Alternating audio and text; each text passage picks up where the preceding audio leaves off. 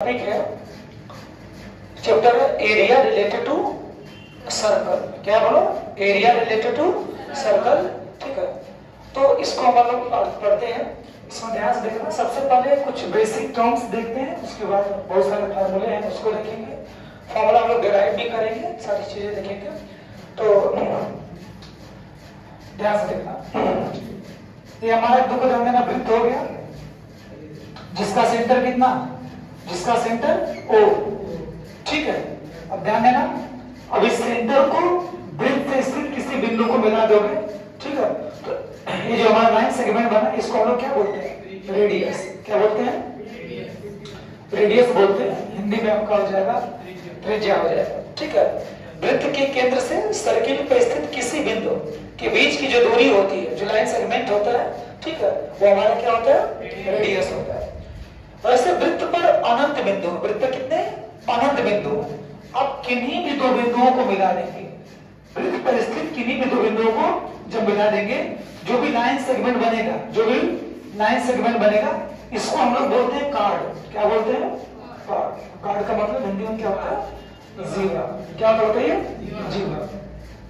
ठीक है, वृत्त पर अनंत बिंदु किन्हीं भी दो बिंदुओं को मिलाने से, ठीक है, जो रेखाखंड बनता है उस रेखाखंड को हम लोग क्या बोलते हैं? जीवन बोलते हैं। ठीक है, और ध्यान दीजिएगा, सर्किल और हमारा, देखिए ये हमारा जीवा है, ये भी हमारा क्या है?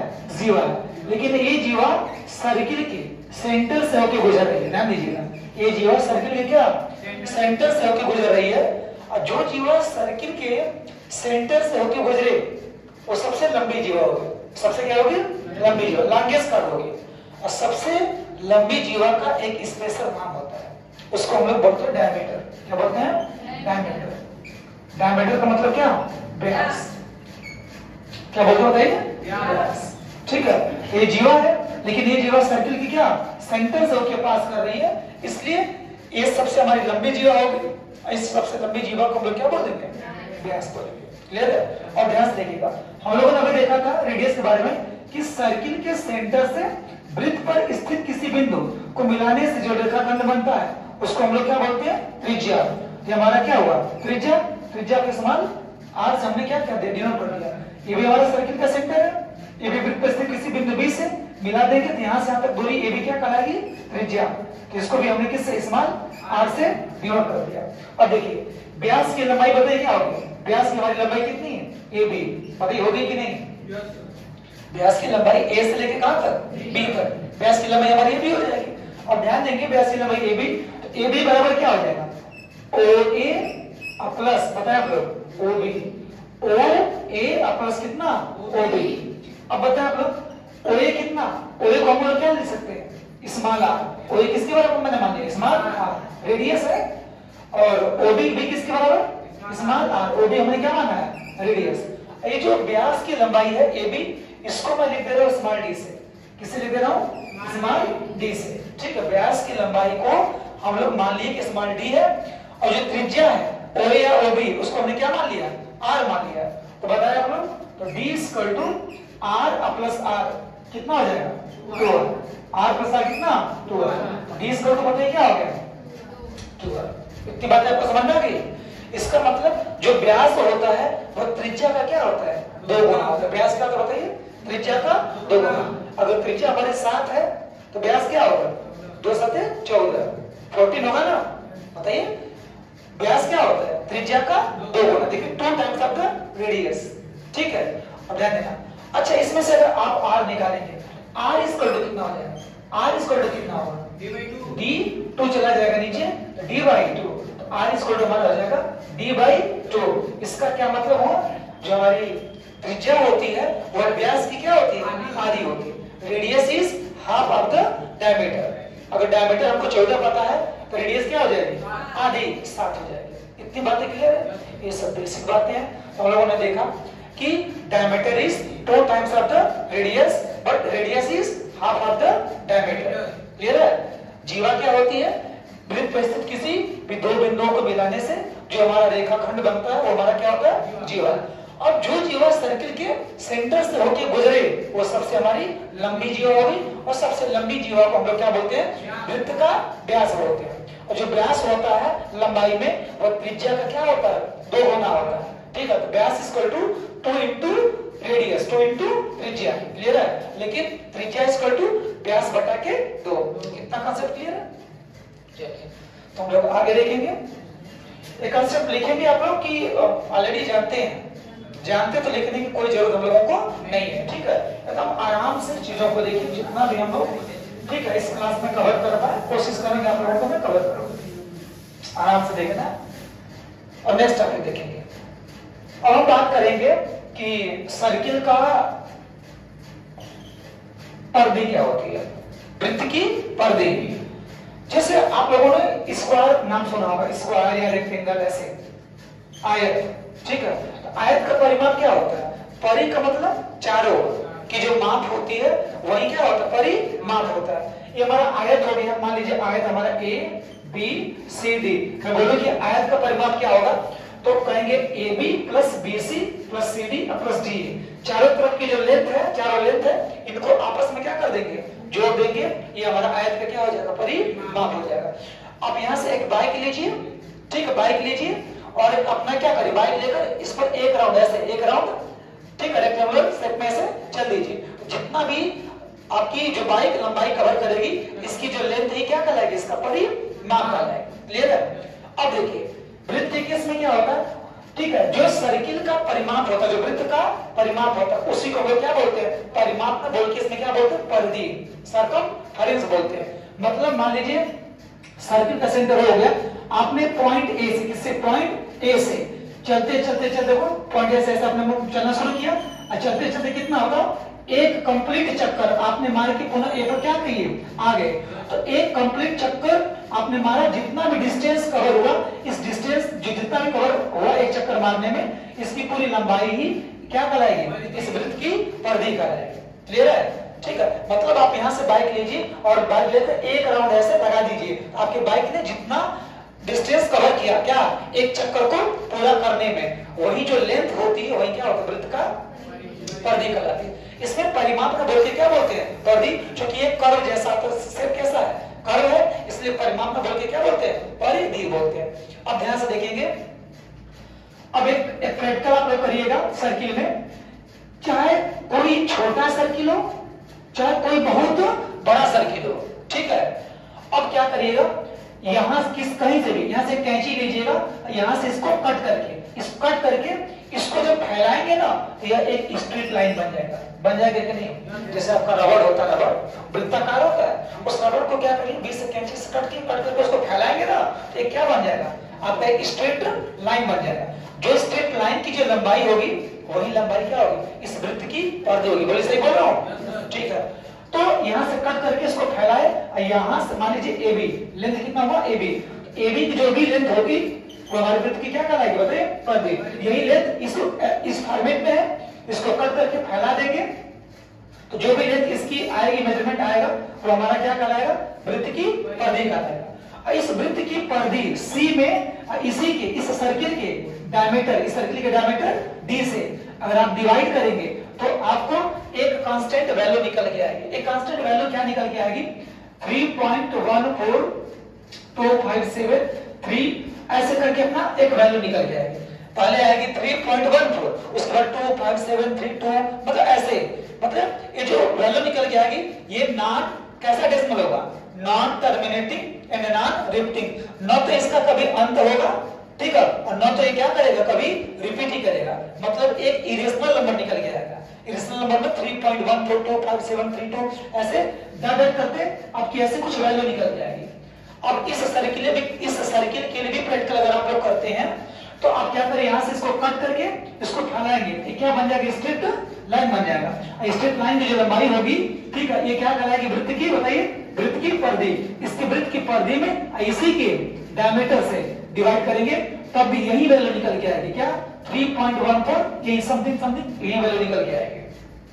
तो हमने क्या देखा कि किसी भी वृत्त के परिधि और डायमीटर का जो अनुपात है वो एक कांस्टेंट वैल्यू दे रहा है। वो कांस्टेंट वैल्यू क्या है, 3.14 समथिंग, ये भी 3.14 समथिंग। अब इसी कांस्टेंट वैल्यू को बोल दिया गया, क्या बोला गया, पाई। क्या बोला गया, पाई। ये जो कांस्टेंट वैल्यू आ रही है इसी को क्या बोला गया बताइए, पाई बोला गया। ठीक है, पाई बोला गया। ठीक है, तो याद रखिएगा कि किसी भी वृत्त के परिधि और व्यास, सर्कमफ्रेंस और डायमीटर का जो रेशियो होता है वो क्या होता है, कांस्टेंट होता है। और कांस्टेंट को हमने, कांस्टेंट की वैल्यू इतनी होती है और उसको किसके बराबर मान लिया गया, पाई के बराबर मान लिया गया। तो c upon d equal to pi. अच्छा, c upon d equal to अगर पाई है तो c इक्वल टू क्या है, क्रॉस मल्टीप्लाई करिए, c इक्वल टू कितना आएगा बताइए, पाई d। किसी को दिक्कत कोई, c equal to pi d होगा कि नहीं बताइए। अरे c और d का अनुपात क्या आ रहा है बताइए, एक कांस्टेंट वैल्यू आ रही है, उसको क्या नाम दिया गया भाई, पाई। तो c इक्वल टू कितना हो जाएगा, पाई d। मतलब वृत्त की परिधि बराबर क्या होता है, pi into diameter, pi into diameter. अच्छा, d बराबर आपने कुछ पढ़ा था, d इक्वल क्या पढ़ा था, 2r पढ़ा था कि नहीं। जो व्यास होता है और त्रिज्या का क्या होता है, 2 गुना, आपने इससे पढ़ा था। अब देखिए d की जगह 2r रखिए तो c इक्वल टू पाई और d की जगह कितना बताइए, d बताइए, d की जगह 2r। तो इसको क्या लिख सकते हैं, 2 लिखिए ऐसे, पाई को यहां लिख दीजिए और r को लास्ट लिख दीजिए। तो c इक्वल टू क्या बना बताइए, c इक्वल टू 2 पाई। मतलब अगर वृत्त की त्रिज्या दिया हुआ है और वृत्त की क्या पूछे आपसे, सर्कमफ्रेंस माने परिधि पूछे, तो कौन सा फॉर्मूला अप्लाई करेंगे, c equal to 2 pi r। अगर वृत्त का व्यास दिया है, आपसे त्रिज्या पूछे, व्यास दिया आपसे परिधि पूछे, तो क्या लगा देंगे, डायरेक्ट पाई d। कितना क्लियर है। तो c equal to pi d कब लगाएंगे, जब वृत्त का व्यास दिया हो और आपसे क्या पूछ रहा है, परिधि पूछ रहा है, तो c इक्वल टू क्या लगाएंगे, पाई d लगाएंगे। जब वृत्त की त्रिज्या दिया हुआ है और आपसे क्या पूछे, वृत्त का परिधि पूछे, तो c इक्वल टू क्या लगाएंगे, 2 पाई। तो हमने दो फॉर्मूला डिराइव कर लिया, c equal to pi d और c equal to 2 pi r। जब व्यास दिया हो तो क्या निकालने के लिए, परिधि निकालने के लिए पाई d लगा देंगे। जब त्रिज्या दिया हो तो c इक्वल टू क्या लगाएंगे, 2 पाई r लगाएंगे। दो बातें क्लियर। ठीक है, आप नोट अपना करते चलिएगा। ठीक है, हमने दो छोटे छोटे बातें ठीक है ऐसे किए। अब हम लोग आगे देखेंगे। हमने सीख लिया कि भाई परिधि क्या होता है और परिधि का फार्मूला क्या होता है। कब, जब व्यास दिया हो तो मात्र क्या लगाएंगे बताइए, बोलिए ना, पाई d लगाएंगे। जब त्रिज्या दिया हो तो 2 पाई r लगाएंगे। ठीक है, इतना। अब आगे देखिएगा, तो बेटा ये हमारा सर्किल क्या हो गया, सर्किल। ये चारों तरफ की लंबाई हमारी क्या कहलाती है, परिधि। अब यहां से बस यहां तक की बस मैं लंबाई निकालना चाहता हूं, यहां से यहां तक की बस मैं लंबाई निकालना चाहता हूं। इस लंबाई को क्या बोले, अच्छा ये क्या है, एक टुकड़ा है, एक क्या है, कंटिन्यूअस टुकड़ा है, किसका, पूरे परिधि का। तो परिधि के कंटिन्यूअस टुकड़े को हम लोग क्या बोलते हैं, आपको बताएं, चाप। आर्क बोलते हैं, चाप बोलते हैं, क्या बोलते हैं, चाप। ठीक है, मतलब ये हमारे पूरा चारों बगल की लंबाई तो हमारी क्या कहलाएगी, परिधि कहलाएगी। ठीक है, तो परिधि का ये कंटिन्यूअस टुकड़ा, कंटिन्यूअस समझ रहे हैं, यहां से लेके यहां तक मैं क्या कंटिन्यूअस दे रहा हूं। ठीक है, तो यहां से लेके यहां तक ये क्या है, एक टुकड़ा है, कंटिन्यूअस क्या है, टुकड़ा है। किसका टुकड़ा है, परिधि का, मतलब वृत्त का टुकड़ा है। ठीक है, इस वृत्त के इस कंटिन्यूअस टुकड़े को, ठीक है, हम लोग बोलेंगे आर्क। क्या बोलेंगे, आर्क। ठीक है, यहां से यहां तक की जो लेंथ होगी, इस लेंथ को हम लोग बोलेंगे लेंथ ऑफ आर्क, चाप की लंबाई। और चाप की लंबाई को हम लोग स्मॉल एल से, किसके, स्मॉल एल से। एक कौन सी चाप की लंबाई है, लघु चाप की लंबाई है। लघु चाप की लंबाई क्यों है, देखिएगा, ये जो आर्क है वृत्त पर जो केंद्रीय कोण थीटा, जो भी केंद्रीय कोण थीटा 180 डिग्री से कम बना रहा है, इसलिए इस वाले आर्क को, इस वाले चाप को हम लोग बोलेंगे लघु चाप, माइनर आर्क। क्या बोलेंगे, माइनर आर्क। ध्यान दीजिएगा, माइनर आर्क। ठीक है, माने कि जो भी चाप सेंटर पर जो भी बनता है केंद्रीय कोण, सेंट्रल एंगल थीटा, अगले वाला चाप केंद्र पर सेंट्रल एंगल थीटा, केंद्रीय कोण 180 डिग्री से अगर कम बनेगा एंगल, तो ये वाला चाप को क्या बोलेंगे बताइए, माइनर आर्क। हिंदी में लघु चाप। क्या बोलेंगे, लघु चाप। अब देखिए, अच्छा एक ऊपर भी तो चाप है, देखिए ऊपर भी तो है, ऊपर है। अब ये वाला चाप इस सेंटर पर केंद्रीय कोण थीटा 180 से अधिक बना है, इसलिए इस वाले चाप को हम लोग बोलेंगे दीर्घ चाप। क्या बोलेंगे, दीर्घ चाप। दीर्घ चाप को हम लोग बेटा अंग्रेजी में बोलते हैं मेजर। क्या, मेजर आर्क। क्या बोलो बेटा, मेजर आर्क। मेजर आर्क को आप लोग कैपिटल एल से, किससे, कैपिटल एल से डिनोट करेंगे। जो माइनर आर्क होगा उसको स्मॉल एल से डिनोट करेंगे। ये जो माइनर आर्क है, ठीक है, केंद्र पर जो केंद्रीय कोण कितना बना रहा है, थीटा। अब इस माइनर आर्क की हम लोगों को लंबाई निकालनी है। क्या निकालनी है, लंबाई निकालनी है। तो लंबाई निकल जाएगी। देखिएगा इस चारों तरफ की लंबाई कितनी है, 2 पाई आर। उसी का एक टुकड़े की लंबाई निकालनी है। ध्यान से देखिएगा, length of minor arc, length of minor arc, length of minor arc की लंबाई को हम लोग किससे, स्मॉल एल से डिनोट करेंगे। अब ए वाला आर्क, ठीक है, केंद्र पे कितना कोण बना रहा है, थीटा। कितना, थीटा। कितना में से थीटा, 360 में से। एक बिंदु की चारों तरफ जो भी एंगल बनता है कितना बनता है, 360। अब 360 में से ए आर्क कितना बना पा रहा है, मात्र थीटा। कितना में से, 360 में से। किस लंबाई का, इसकी लंबाई किस लंबाई का बताइए, इस 2 पाई आर का ही ना। यहाँ क्या कर देंगे, मल्टीप्लाई कर देंगे 2 पाई आर। तो हमने देखा कि स्मॉल एल इक्वल टू क्या हो गया, 2 pi r theta, 2 pi r theta बटा के कितना, 180 नहीं, 360 डिग्री। ये फार्मूला मिल गया। अच्छा इसको काट भी सकते हैं क्या, काट सकते हैं ना। ऊपर 2 है, नीचे 360। जब कट करेंगे बेटा, बोलो कितना है, बोलो सब 2 से कट करोगे इसको, आ जाएगा पाई आर थीटा। 2 से 360 को कट करेंगे, ये कितना हो जाएगा, नीचे 180 डिग्री। अर्थात हम लोगों ने निकाल लिया कि जो माइनर आर्क है, जो लघु चाप है, इसकी जो लंबाई होगी वो पाई आर थीटा बटे के 180 डिग्री। मतलब इस लघु चाप की लंबाई निकालने के लिए हम लोग कौन सा फॉर्मूला अप्लाई करेंगे, पाई आर थीटा बटे के 180 डिग्री अप्लाई करिए, या तो आप अप्लाई कर दिए 2 पाई आर थीटा बटे के 360 डिग्री। बेटा लोग ये अप्लाई करेंगे, छोटा है, ठीक है। तो हम लोगों ने देखा कि अगर हम लोगों को यहां से यहां तक की लंबाई निकालना है तो क्या करेंगे, ये देखेंगे कि ये जो हमारा आर्क है केंद्र पर कितना कोण बना रहा है, कितना बना रहा है, थीटा। कितना में से, 360 में से, 360 में से। तो लिखेंगे थीटा अपन के 360। अब गुणे यहां से यहां तक लंबाई निकाल, एक टुकड़ा है ना, किसका टुकड़ा, टोटल 2 पाई आर का, तो मल्टीप्लाई कर देना 2 पाई आर का।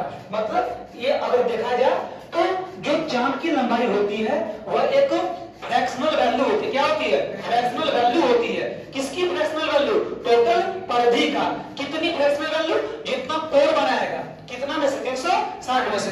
अगर थीटा अगर 180 डिग्री होगा, टोटल 360 होता है, अगर थीटा 180 डिग्री होगा, इसका मतलब कि जो चाप की जो लंबाई निकलेगी ना, तो 2 पाई आर का आधा। नहीं समझ में आ रहा, थीटा जो जो बढ़ेगा चाप की लंबाई क्यों तो क्या होगी, बढ़ेगी। मतलब जो थीटा होता है वो डायरेक्टली प्रोपोर्शनल टू कितना, किसके होता है, इस चाप की लंबाई के। थीटा बढ़ता जाएगा, चाप की लंबाई बढ़ती जाएगी।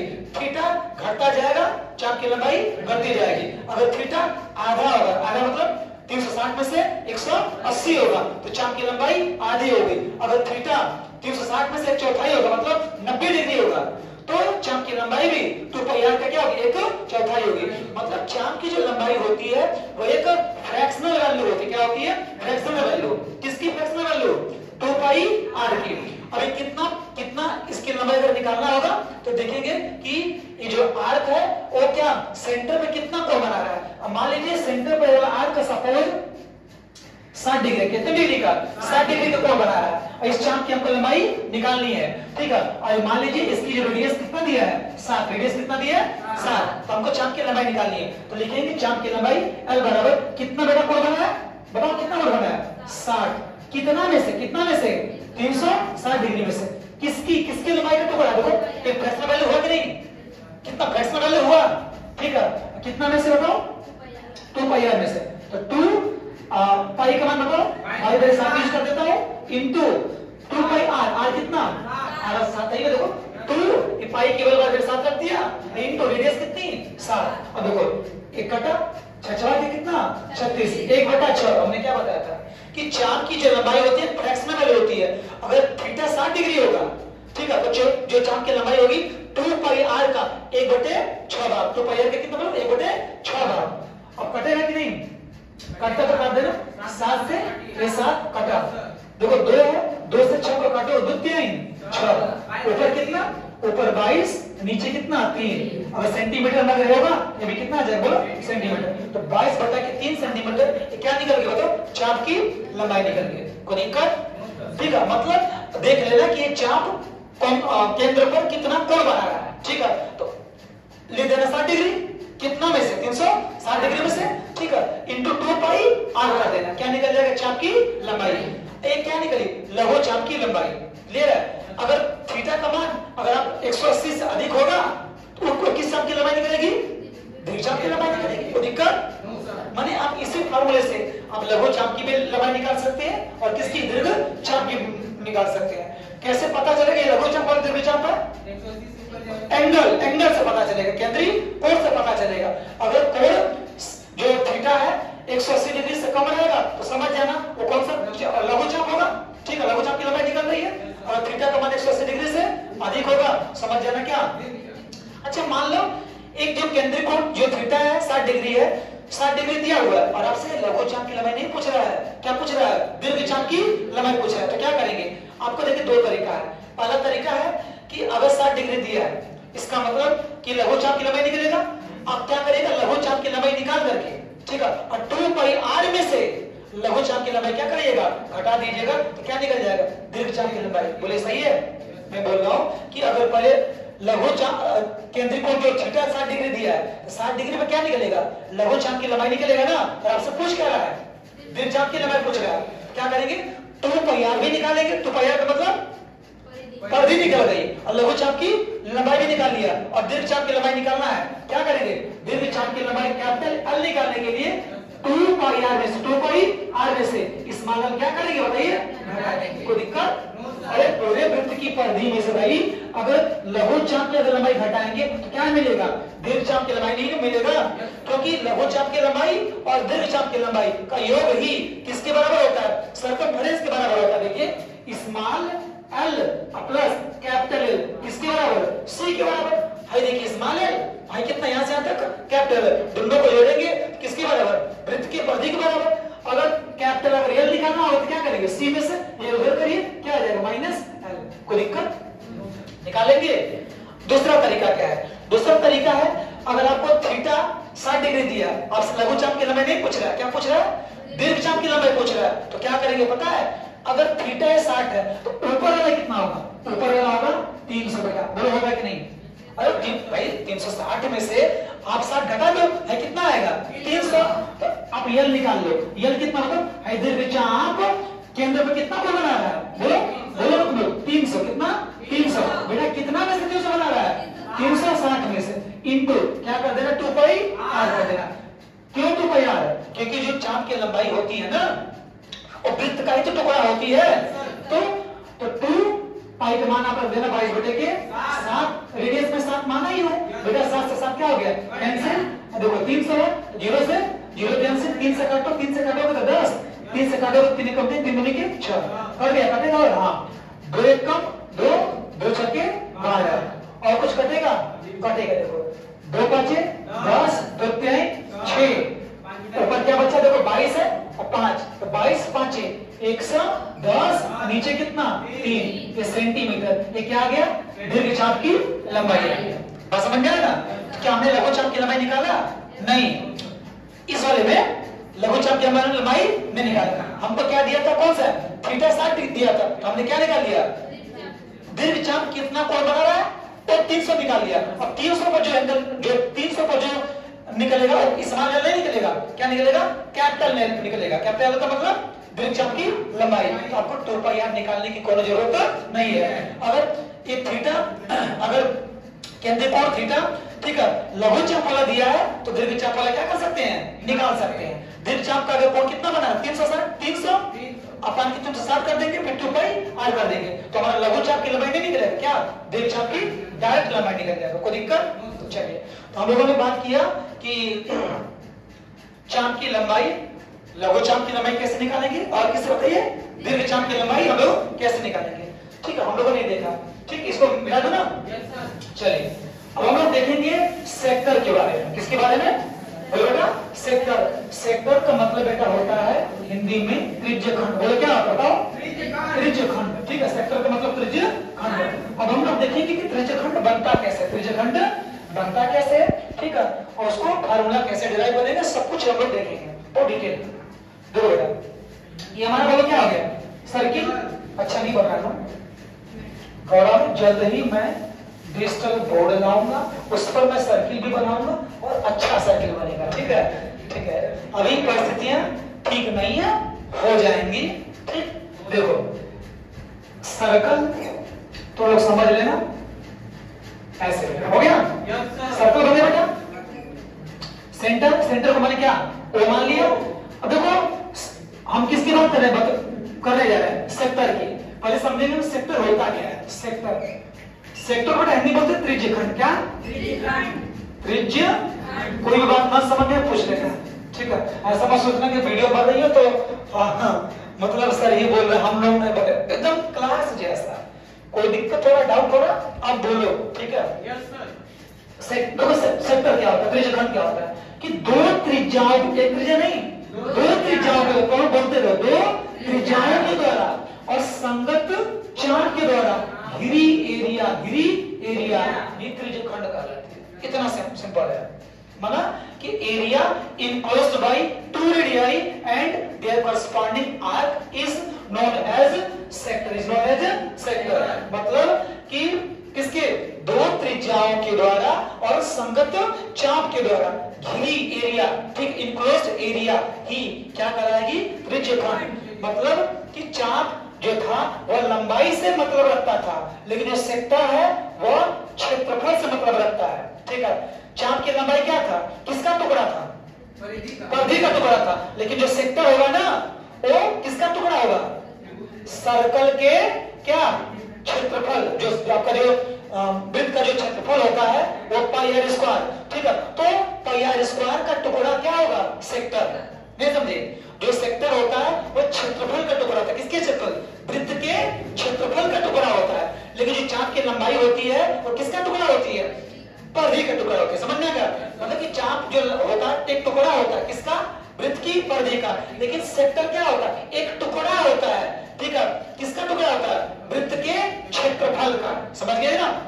अब देखो ये वाला जो चाप है बेटा, वो केंद्र पर जो केंद्रीय कोण जो थीटा है, केंद्रीय कोण जो थीटा है वो 180 से कम बना रहा है कि 180 से ज्यादा कम बना रहा है ना। तो अगर जो चाप केंद्रीय कोण थीटा 180 से कम बनाए, इस वाले सेक्टर को हम लोग बोलेंगे माइनर। क्या बोलेंगे, माइनर सेक्टर। क्या बोलेंगे, बोला माइनर सेक्टर। माइनर सेक्टर का मतलब होता है लघु, लघु त्रिज्यखंड बेटा, लघु त्रिज्यखंड, लघु त्रिज्यखंड। अब देखो ये भी तो आर्क है, चाप है, ये भी तो दो त्रिज्या है, ये भी तो एरिया गिर रही है, बोलो ये भी तो एरिया गिर रही है इस वाले एरिया को। ठीक है, अब ये वाला चाप सेंटर देखो, सेंटर में 180 से अधिक बन रहा है, इस वाले को बोलेंगे मेजर सेक्टर। क्या बोलेंगे, major sector. Major sector Hindi में बोलो दीर्घ वृत्तखंड बेटा, दीर्घ वृत्तखंड बोलो त्रिज्यखंड, त्रिज्यखंड।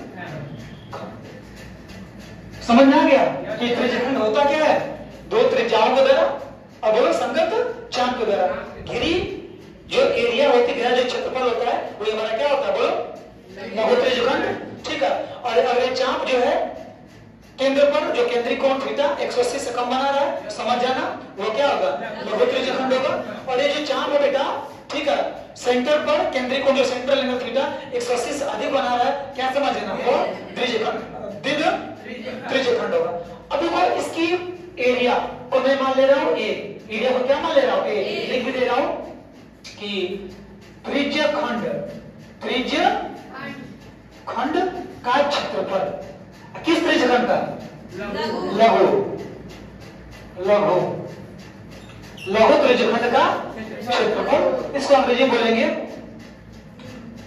Area of minor. बोलो बेटा, area minor sector, minor sector. इसको मैं क्या मान ले रहा हूं, ए। क्या मान ले रहा हूं, ए। ये भी एक फ्रैक्शनल वैल्यू होती है, ये भी क्या बोलो फ्रैक्शनल वैल्यू होती है। अब ए वाला कितना कोण बना बताओ, थीटा। थीटा कितना में से, 360 में से। यह टुकड़ा किसका लंबाई का होता है, वृत्त की परिधि का होता है कि वृत्त के क्षेत्रफल का होता है? तो यहाँ मैं क्षेत्रफल का मल्टीप्लाई करूं कि 2πr का? वृत्त का क्षेत्रफल 2πr स्क्वायर होता है, πr स्क्वायर ना। तो मैं यहाँ किसका मल्टीप्लाई करूंगा? πr स्क्वायर का मल्टीप्लाई करूंगा। नहीं समझे? जो त्रिज्यखंड होता है वो भी एक फ्रैक्शनल वैल्यू ही होता है, लेकिन क्या वृत्त के परिधि का नहीं, वृत्त के बेटा क्षेत्रफल का। तो वृत्त के क्षेत्रफल का मल्टीप्लाई करोगे, बताओ। देखो πr स्क्वायर का एक टुकड़ा होगा, कितना टुकड़ा? थीटा, कितना में से? 360। एक देखो थीटा ऊपर 360 नीचे, एक फ्रैक्शनल वैल्यू हो गया। क्या फ्रैक्शनल वैल्यू हो गया? किसके? क्षेत्रफल का। तो ये सेक्टर होता है वो फ्रैक्शनल वैल्यू होता है किसके? वृत्त के क्षेत्रफल का। लेकिन जो चाप की लंबाई होता है वो एक फ्रैक्शनल वैल्यू होता है किसके? वृत्त के परिधि का। समझ गए ना? कुछ कटे हुए पिटे कैसा बेटा नहीं। तो लिखो a is equal to pi, a square बोलो पाई r स्क्वायर थीटा के बाद में लिख दो बटा के कितना? 360 डिग्री। याद रखना कि जो वृत्त का क्या, वृत्त का लघु त्रिज्यखंड का जो क्षेत्रफल होता है वो बेटा पाई r स्क्वायर थीटा बटे 360। अच्छा, तो लोग दीर्घ वृत्तखंड का भी क्षेत्रफल निकाल सकते हो। अगर थीटा 180 से कम रखे हो तो समझ जाना वो लघु त्रिज्यखंड होगा, लेकिन अगर थीटा कितना 180 से ज्यादा है तो समझ जाना क्या होगा? दीर्घ त्रिज्यखंड होगा। समझ गए ना? या तो लघु त्रिज्यखंड का क्षेत्रफल निकाल लिए हो और तुमको दीर्घ त्रिज्यखंड का क्षेत्रफल निकालना है, तो क्या करोगे? पूरे पाई r स्क्वायर में से, पूरे पाई r स्क्वायर में से क्या करोगे? लघु त्रिज्यखंड का क्षेत्रफल माइनस कर दोगे, क्या निकल जाएगा? दीर्घ त्रिज्यखंड का क्षेत्रफल निकल जाएगा। समझ लो ना? अरे इसका क्षेत्रफल निकाल ही लिए हो, तुमको इसका निकालना है, तो पूरे में से हाई घटा दोगे, क्या निकल जाएगा? बोलो, तो पाई निकल जाएगा, निकल जाएगा। इसका मतलब कि अगर मैं लघु त्रिज्यखंड के क्षेत्रफल को सपोज मैं मान ले रहा हूं a1, सपोज मैं a1 मान ले रहा हूं। इस क्षेत्रफल में कितना? a1, इस क्षेत्रफल बताओ a2, a1 प्लस a2 बराबर किसके? बोलो पाई r स्क्वायर के। होगा कि नहीं? बोलो पाई r स्क्वायर के। तो बोलो a2 अगर तुमको निकालना है, a2 निकालना है तो पाई r स्क्वायर में से क्या करना पड़ेगा? a1 को माइनस करना पड़ेगा। और a1 क्या माना? बताओ a1 क्या माना हो? लघु त्रिज्यखंड का क्षेत्रफल माना हो, ठीक है। तो पूरे पाई r स्क्वायर में से लघु त्रिज्यखंड का क्षेत्रफल घटा दोगे तो दीर्घ त्रिज्यखंड का क्षेत्रफल क्या हो जाएगा? निकल जाएगा। तो इतनी बात क्लियर है? हाँ? अच्छा, अब एक फार्मूला तुमको मैं और डिराइव कर रहा हूं। तो डायरेक्ट क्वेश्चन पूछता है त्रिज्यखंड का क्षेत्रफल से। अगर यहाँ को मान लो थीटा दिया, क्या दिया? थीटा दिया, तो त्रिज्यखंड निकाल लोगे ना। लेकिन अगर तुमको दे दिया कि यहां से यहां तक चाप की लंबाई दे दिया और थीटा नहीं दिया है और रेडियस दे दिया और तुमसे पूछ दिया कि त्रिज्यखंड का क्षेत्रफल क्या होगा, तो कैसे निकालोगे ना? तो एक फार्मूला मैं डिराइव करने जा रहा हूं जो कि बहुत इंपॉर्टेंट है। तो याद रखना पहले कि लघु त्रिज्यखंड का जो क्षेत्रफल होता है बेटा वो पाई r स्क्वायर, बोलो ना तुम लोग, थीटा बटे के कितना? 360। बोलोगे नहीं ना? जो त्रिज्यखंड का क्षेत्रफल होता है वो एक टुकड़ा होता है किसका? फ्रैक्शनल वैल्यू होती है किसका? क्षेत्रफल का। लेकिन जो चाप की लंबाई एक टुकड़ा होती है, एक फ्रैक्शनल वैल्यू होती है किसकी? वृत्त की परिधि का। मत बोलना सर, ठीक है। आगे देखो, अब हम बात करेंगे एक फार्मूला को जो बहुत इंपॉर्टेंट है, सुनो। अच्छा बताओ, हाँ देखो a बराबर पाई r स्क्वायर थीटा बटे 360 डिग्री। ये आप जानते हो कि नहीं? ये किसका फार्मूला होता है? बोलो, लघु त्रिज्यखंड के क्षेत्रफल का होता है। अच्छा सुनो, स्मॉल l बराबर हमने बताया था कि थीटा अपान के 360 डिग्री किसका?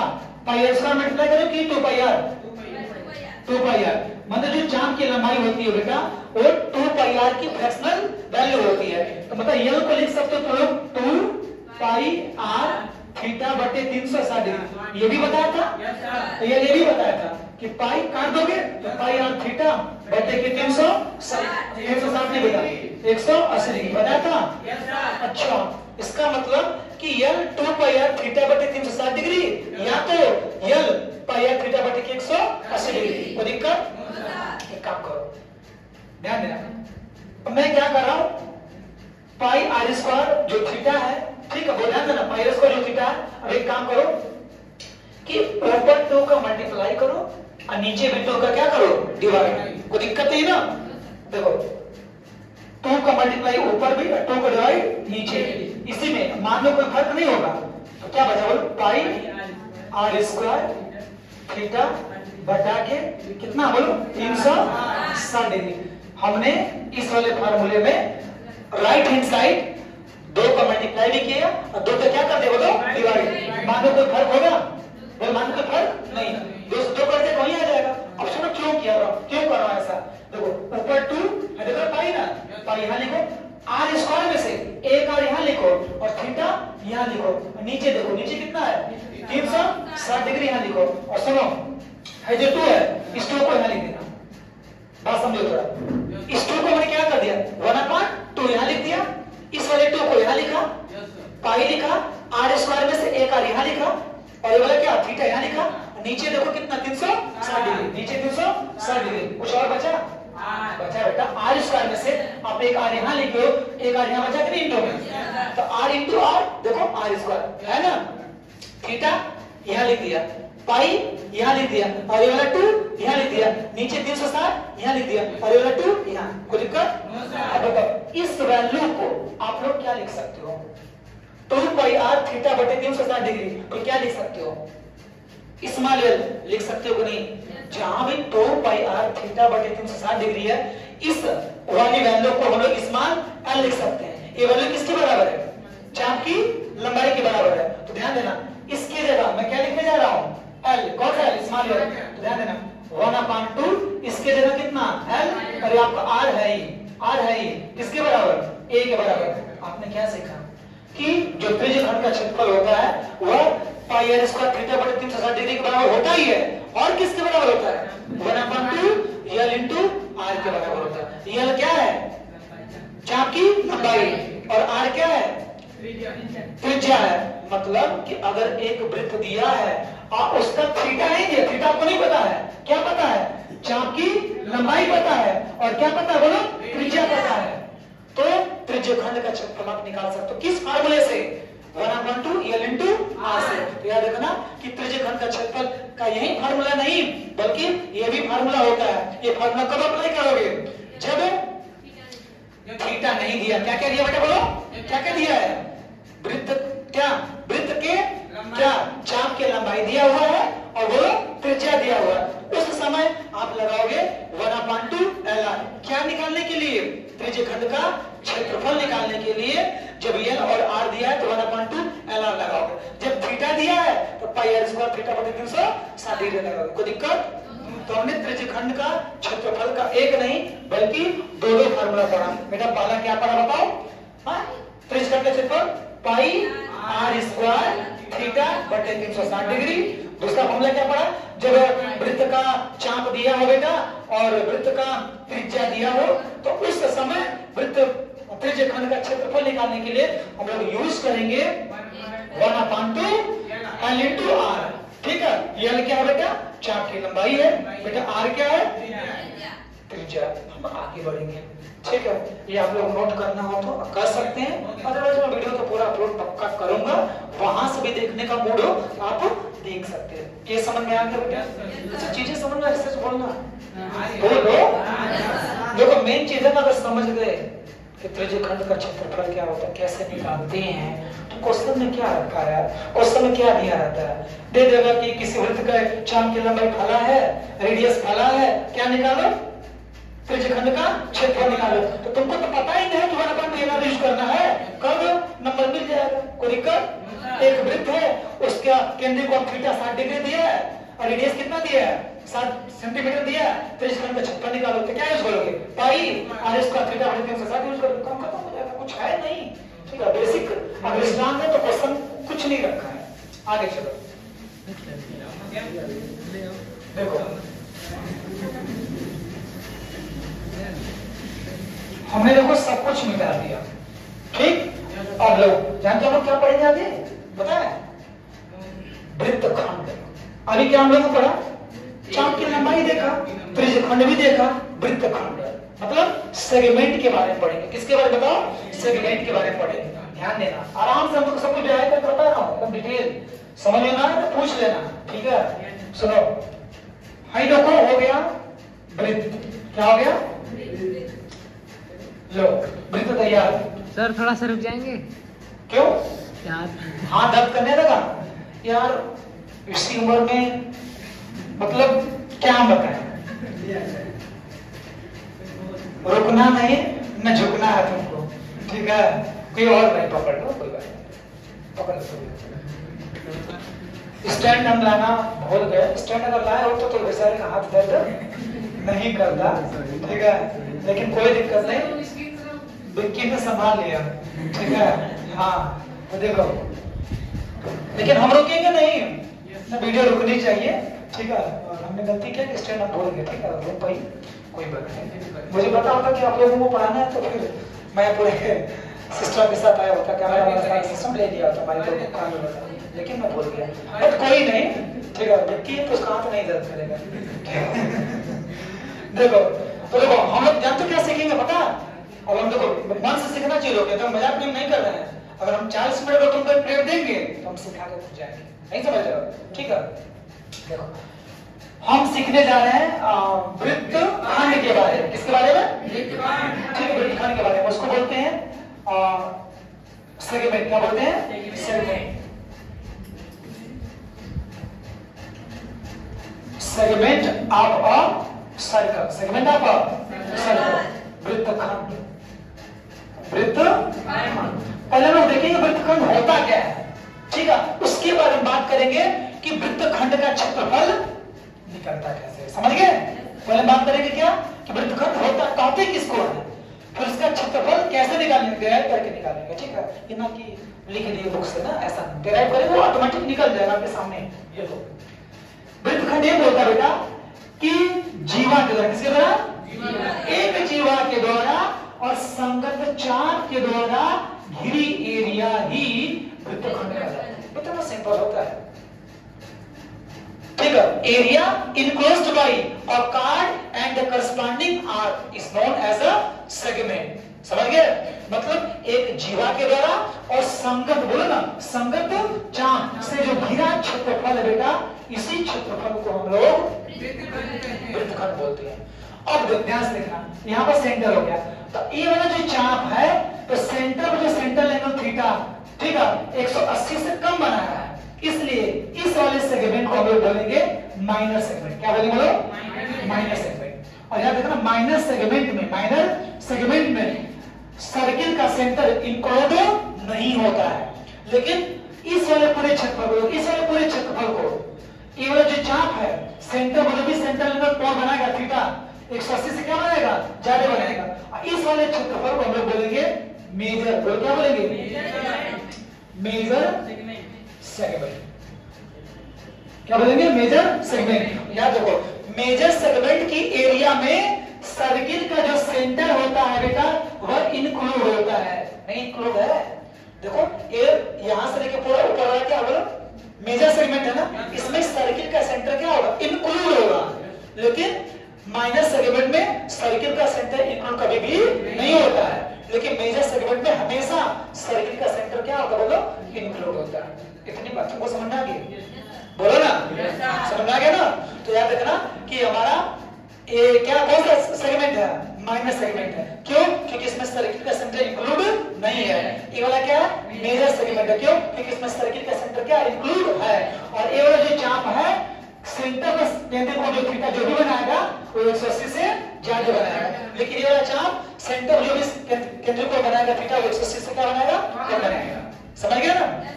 हम लोगों ने सेगमेंट के बारे में पढ़ा और ये भी देखा कि माइनर सेगमेंट क्या होता है, मेजर सेगमेंट क्या होता है। माइनर सेगमेंट में सर्किल का सेंटर इंक्लूड नहीं होगा, लेकिन मेजर सेगमेंट में ऊपर वाला पूरा उसमें सर्किल का सेंटर इंक्लूड होता है, ठीक है। और मेजर सेगमेंट कहलाता है, हिंदी में कहलाता है दीर्घ वृत्तखंड। मैं लिख भी दे रहा हूं, दीर्घ। बेटा बोलो दीर्घ वृत्तखंड। इसको क्या बोले? बोलो लघु वृत्त। क्लियर है? हम फार्मूले की बात करें, डेरिवेशन की। चार्ट भी खत्म होगी तो एक जाए क्लास में कंटिन्यू तो करो। हाँ है चार्ट।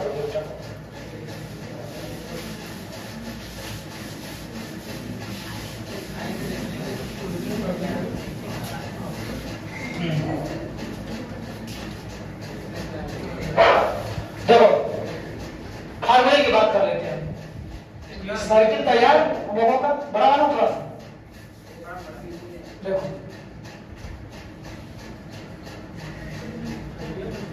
ठीक सर्किल ऐसे ऐसे कर लो बेटा, हमको निकालना क्या है, यही एरिया, बहुत ध्यान से देखना, हमको यही एरिया निकालना है। क्यों ये एरिया, हम किसकी बात कर रहे हैं, वृत्तखंड के क्षेत्रफल की। वृत्तखंड का क्षेत्रफल क्या होता है बेटा, क्या जीवा के द्वारा और बोलो संगत चाप के द्वारा ग्रीन एरिया वृत्तखंड कहलाती है। तो मुझे बस ए निकालना है, क्लियर है। टॉपिक बोलो क्या लिखना, एरिया किसके निकालना है, एरिया, एरिया ऑफ बोलो सेगमेंट, बोलो ना एरिया ऑफ सेगमेंट, किसका सेगमेंट, आप सर्कल।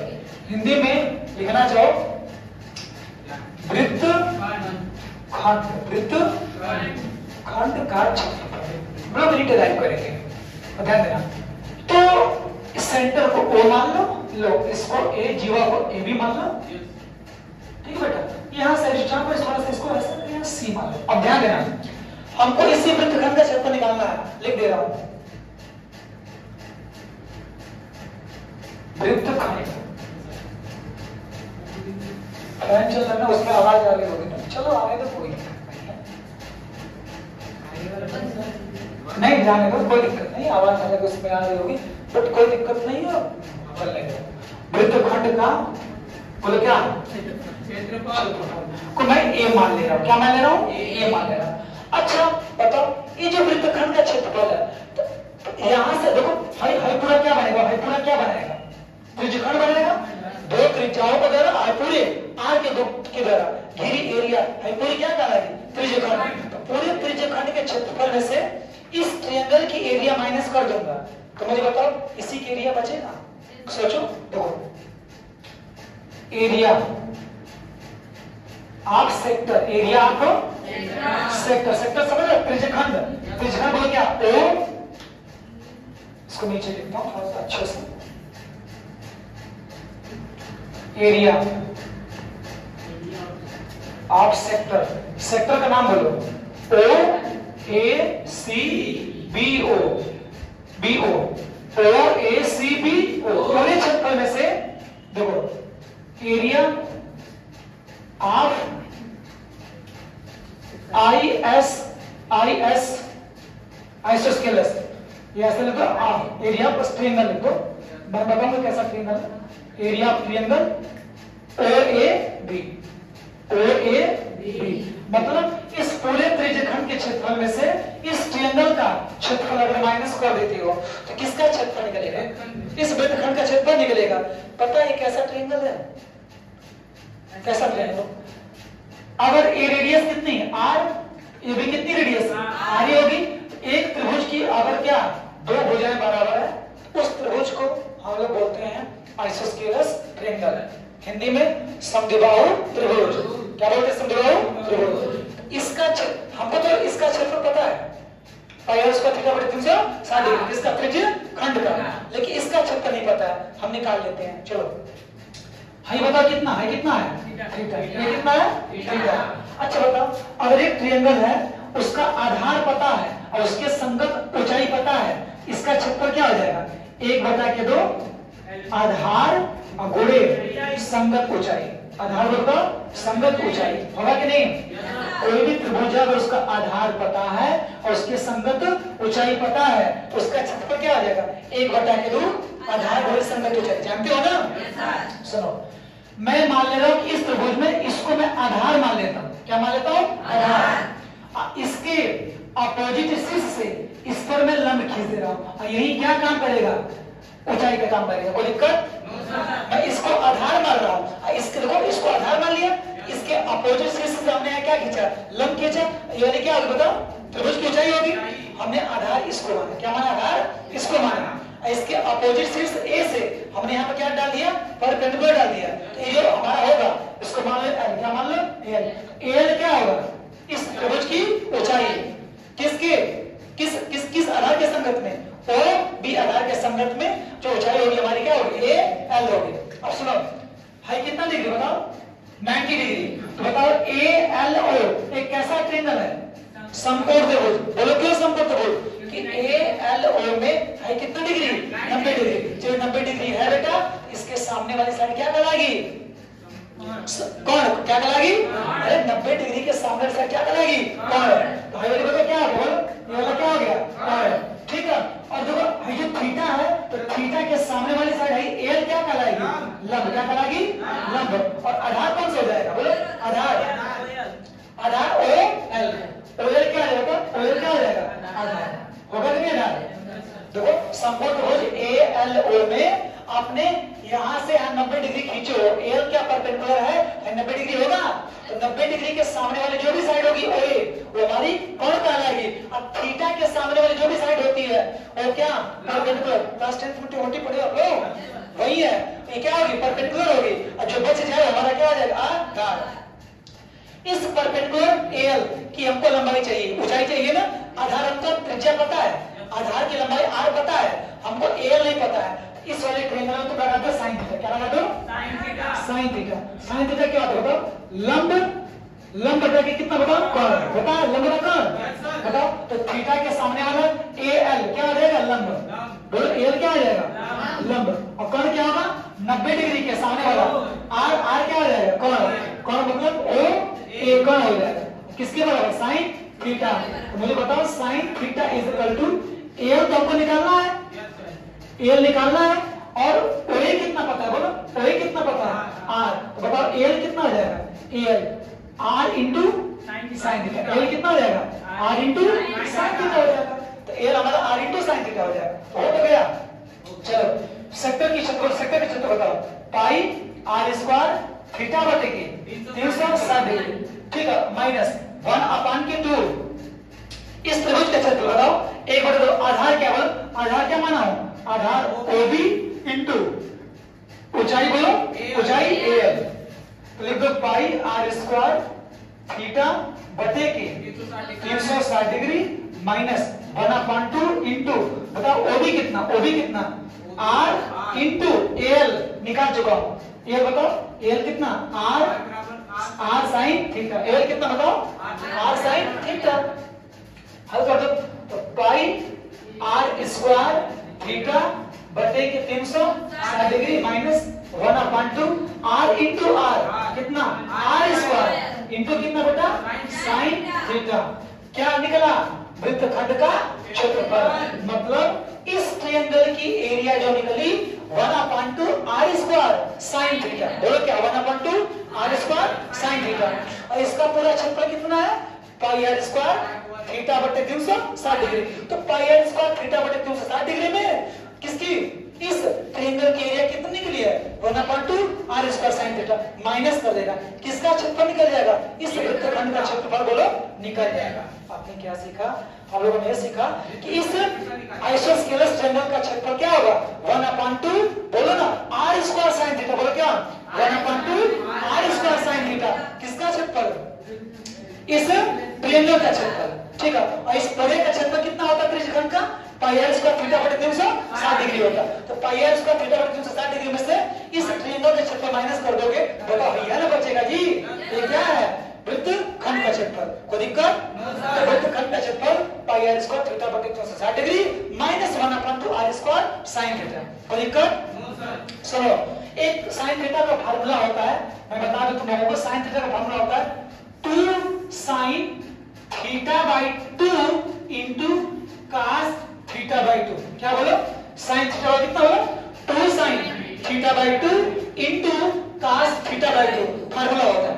अगर इस साइन थीटा ले लेगा तो मैं बोला फार्मूला रख दो, बोलो कितना पाई R स्क्वायर थीटा बटे के बेटा 360 डिग्री माइनस 1/2 R स्क्वायर। बोलो इस साइन थीटा ले लेगा तो रख सकते हो कितना बताओ 2। बोलो ना 2 sin theta upon 2 into cos theta upon 2। तो देखो 2 से 2 कैंसिल, तो फाइनली बचा क्या a बराबर, बताओ a बराबर पाई R square theta pi R square theta बटे के 360 डिग्री माइनस 2 से 2 कट गया, बस बचा क्या R स्क्वायर। क्या बचा बोलो R स्क्वायर साइन बोलो theta by 2 into cos theta by 2। मतलब आपकी बुक में अगर ये वाला फॉर्मूला दिया है तभी मत घबराना, ये ना दे करके कोई अगर ए लिख दिया है तभी मत घबराना। क्लियर है? क्योंकि साइन थीटा का formula 2 sin theta by 2 into cos theta by 2 होता है। तो ये कैसे होता है ये बताना मुझे नहीं, क्योंकि सब 11 की चीजें हैं। फिलहाल में जानते रहो कि sin थीटा बराबर 2 sin theta by 2 into cos theta by 2 होता है। तो sin थीटा जब रख दोगे तो मिल जाएगा पाई r स्क्वायर थीटा बटे 360 डिग्री माइनस 1/2 1/2 क्या हो जाएगा? 2 क्या हो जाएगा? r square sin theta by 2 into तो हमने दो फार्मूला देखा।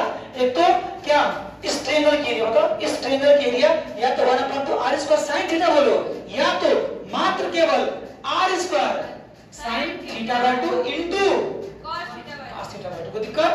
इस ट्रायंगल के area 1/2 r square sin theta, otherwise only r square बोलोगे तो sin theta by 2 into cos theta by 2 दोनों बोलोगे। कोई दिक्कत? बस तो पूरे इसके क्षेत्रफल में से ट्रायंगल के एरिया माइनस कर दो, क्या निकल जाएगा? इस वृत्तखंड का क्षेत्रफल निकल जाएगा। तुमसे क्या दिया रहेगा? थीटा दिया रहेगा। क्या दिया रहेगा? थीटा। और क्या दिया रहेगा? त्रिज्या। और थीटा दिया रहेगा, त्रिज्या दिया रहेगा, पाई का मान दिया ही रहेगा। क्या निकाल लोगे? इसका क्षेत्रफल निकाल पाओगे कि नहीं बताओ? निकाल लोगे? पक्का? ये कांसेप्ट समझ में, डेरिवेशन। बस देखो बोर्ड थोड़ा सा मतलब ठीक है, खराब नहीं है, मैं कह रहा हूं खराब थोड़ा ना है, लेकिन थोड़ा सा मुझे लिख रहा हूं, मुझे लग रहा है कि थोड़ा सा धुंधला टाइप दिख रहा है, तो बस यही दिक्कत है ना। बाकी सब कुछ सही है, लेकिन ये भी खराब नहीं है। ठीक है, किसी भी परिस्थिति में पढ़ा जा सकता है, सबको समझना है। समझ में तो आ ही रहा होगा ना? चलो कोई दिक्कत नहीं, मिला दो। चलो आगे हम लोग देखेंगे बेटा। कितना मिनट का वीडियो होगा बेटा? देखो तो कितना? 56 मिनट। 56 मिनट मतलब मैं आप लोगों को 1 घंटा पढ़ा दिया? हम नहीं पढ़ाऊंगा ना। अरे नहीं, मैं सोच रहा हूँ कि नीचे भी कुछ वीडियो बना लो बच्चों का। आप लोगों को पढ़ाता रहूंगा तो नीचे बना वीडियो ना हमारा। ठीक है, तो अच्छा सुनो बेटा, आप लोग ध्यान देना। समय तो मुझे डेली आने का नहीं मिल पाता है, ठीक है, फिर भी मैं आप लोगों को बोल रहा हूँ कि जो कुछ आप लोगों ने सीखा, अगर आपको अच्छा लगा हो, लगता है कि नहीं हाँ कुछ मतलब मिला, क्वालिटी मिली, कंटेंट मिला, हालांकि ये वीडियो मैं अपलोड भी यूट्यूब पर कर दूंगा, तो अगर आप हो सके तो एक चैनल मेरा है, ठीक है, आप लोग जानते हैं, लोग लिख सकते हैं CBSE मैथ्स भाई रवि सर के नाम से है बेटा।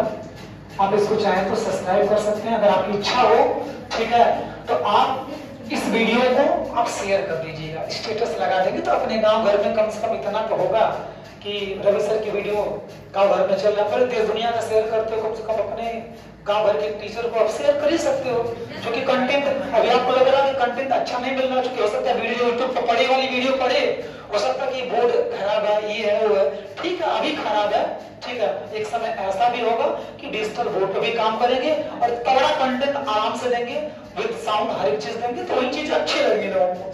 इस समय कंटेंट तो सब कुछ वही है क्या? परिस्थिति हम लोगों की थोड़ा सा खराब है, तो थोड़ा सा आप लोग शेयर कर दीजिए। और मेरा व्हाट्सएप नंबर है, जो भी जुड़ना चाहे तो मेरा व्हाट्सएप नंबर बेटा भी आप लोग जुड़ सकते हैं, 9695079520। अगर तो जुड़ना चाहे तो जुड़ सकते हैं, ठीक है। डेली बेटा हम वीडियो बनाते हैं, कहीं कहीं का हर एक दिन वीडियो बनाता रहता हूँ, ठीक है। बेटा आप YouTube पर सर्च करोगे ना CBSE maths by Ravi sir, बेटा तुरंत आ जाएगा, ठीक है। और याद रखना कि हमने बस चैनल हफ्ते भर क्रिएट किए हुआ, एक हफ्ते या 8 दिन में लगभग आपके 850 सब्सक्राइबर अभी की डेट में हो गए। आज शाम तक 900 हो जाएंगे, कल फाइनल 1000 के सब्सक्राइबर हो जाएंगे और हमारे वीडियो पर एड भी आना शुरू हो गया। याद रखना हमने बहुत सारे लोगों को वीडियो बनाते देखा है, वो साल भर काम करते हैं तभी उनका सब्सक्राइबर 1K नहीं हो पाता ना, एड आता है। मात्र 10 दिन में करके दिखा दिए, बहुत बड़ी उपलब्धि। 10 दिन के पीछे मतलब बहुत मेहनत किया हूँ, दिन रात मेहनत किया हूँ, तब जाके 1000 सब्सक्राइबर और एड आना भी वीडियो में शुरू हो गया। मात्र कितने दिनों में? मात्र 10 दिनों में बस यूट्यूब पर मैं काम किया हूँ। हालांकि यूट्यूब पर पिछले वाले चैनल पर जो हमारा यूनिक स्टार क्लासेस चैनल है, ऑफिशियल चैनल, उस पर 10,500 सब्सक्राइबर है, उस पर एड हो जाता है, पैसा सब कुछ आता है।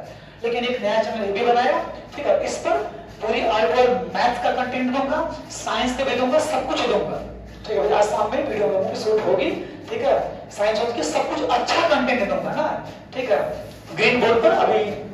चलो ठीक है बेटा, इसको आप लोग जरूर सर्च करना सभी लोग यूट्यूब में, ठीक है, बहुत सारे आपको शार्ट्स देखने को मिलेंगे, अच्छा अच्छा कंटेंट बच्चों को पढ़ाता हूँ, ठीक है, मोटिवेट करता हूँ पढ़ाने के लिए कि आप भी कुछ बोलो सीखो, ठीक है। तो उस पर आपको यूट्यूब पर सब कुछ मिलेगा। और हर एक वीडियो को थोड़ा सा आप लोग शेयर करना, जो अच्छा लगे उसको शेयर जरूर करना। एक आपकी वीडियो कल तक मैं डाल दूंगा, चूंकि वाईफाई इधर है नहीं, चलिए जाने पे डालूंगा, कल तक डालूंगा। इसका शार्ट्स मैं आज ही डाल दूंगा, इस वीडियो में जो शार्ट्स है ना मैं आज अपलोड अपना कर दूंगा, क्लियर है। तो आप लोग प्लीज बेटा इसको सपोर्ट करिएगा मुझे, ठीक है ना। अच्छा लगे तो करना, ना लगे तो मत करना यार, ठीक है। अच्छा लगे तो मत करना, ठीक है। तो आज के लिए इतना बेटा, थैंक यू।